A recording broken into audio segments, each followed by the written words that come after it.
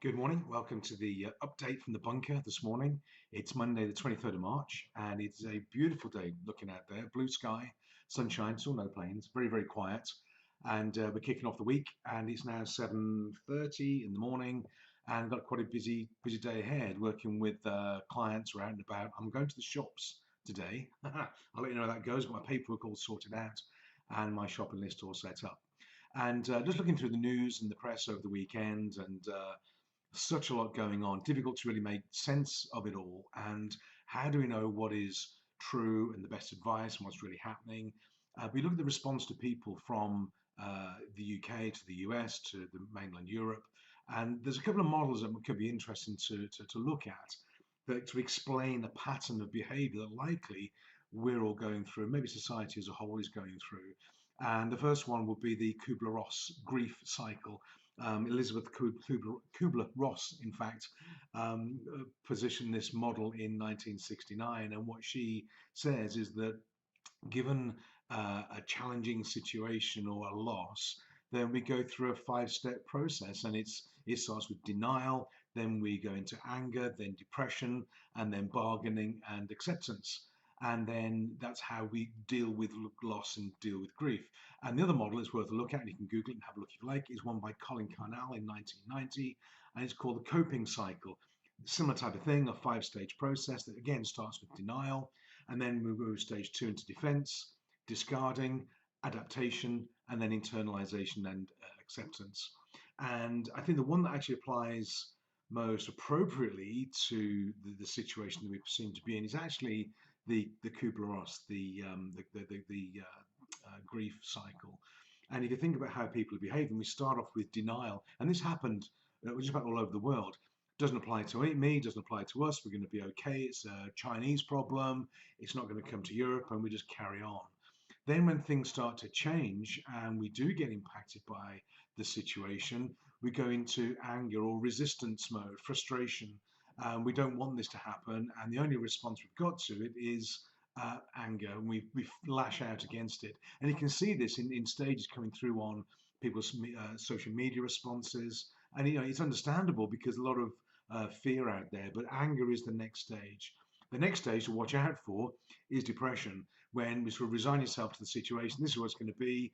All looks bad, all looks gloomy, no way through it. We feel overwhelmed by the situation and we don't know what to do. Now, in that situation there, what we need is emotional support. We need to ask people for help. We need to look at for guidance and ideas, and not be with our friends and family and colleagues because we physically can't be with them, but get involved. Do it online, get involved in chat rooms, get involved on webinars, get some help, get some support.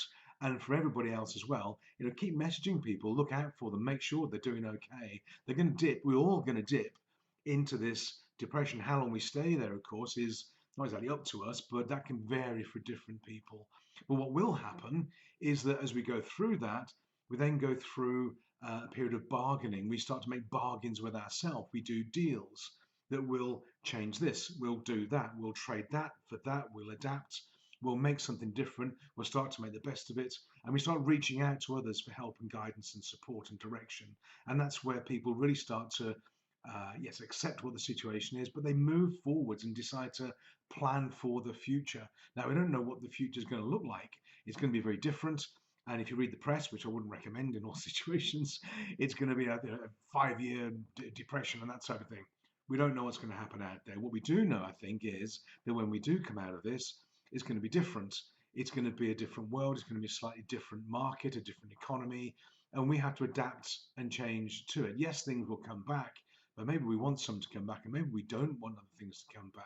So there's this bargaining approach of doing a deal with ourselves, letting go of the old, accepting the new, and then developing and planning for it. And the final stage is acceptance, when we get okay with it, when we're okay with the change, we've let go of the old, we've done the deal.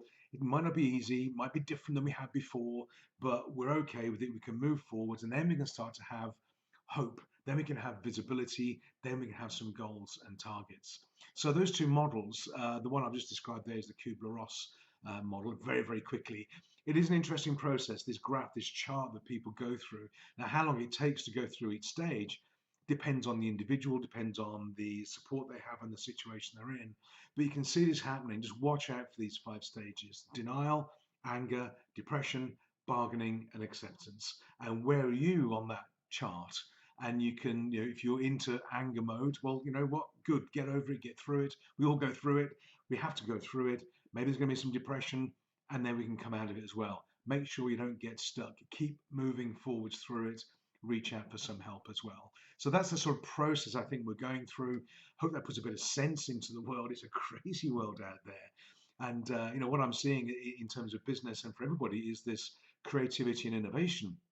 It really is kicking in, because not because we want to, because we have to. And most people in business, business owners, entrepreneurs, we have to do our best work when our back's against the wall. We just do. We always have. That's why we do what we do. It's why we're unemployable. So this situation is putting a lot of pressure, a lot of uncertainty on people in business, business owners, and the like. And yet, you know what? This is when we step up. We have to. We've got no choice. We have to step up. We have to be creative. We have to be innovative. We have to design and develop new products, new systems, new methods, new business models that will carry us, our clients, and our families forward with us. So sometimes the best creativity comes out of necessity. During any war, and Macron has said over here that we are in a state of war with the virus. A state of war is where things are designed real quick. Innovation comes out really quickly. If you look at any conflict situation, innovation, creativity, and invention, it really steps up. So expect that and participate in it. It is going to be a high amount of pressure, but we can use it to an advantage, go through the cycle, be creative, be innovative. You're going to be okay. We're all going to be okay. We're going to come through it. It may not seem that way at the time sometimes, but it's going to be okay. We're going to get through this. So bear that in mind. Look at the cycle, look at the timing. Where are you on the cycle? Where are you and your family and your friends and your colleagues? But also turn that heat into positive heat, back against the wall, come out swinging, and that's when some of us, most of us actually in business, do our best work. So use that level of pressure as a positive thing. So I'll see you tomorrow, and I'm off to the shops. As I said, I've got a list, and probably get there and make it back. All will be good. Have a great day. Enjoy the weather, and I'll see you on the call or the video tomorrow. In the meantime, take care, be safe, and I'll see you tomorrow.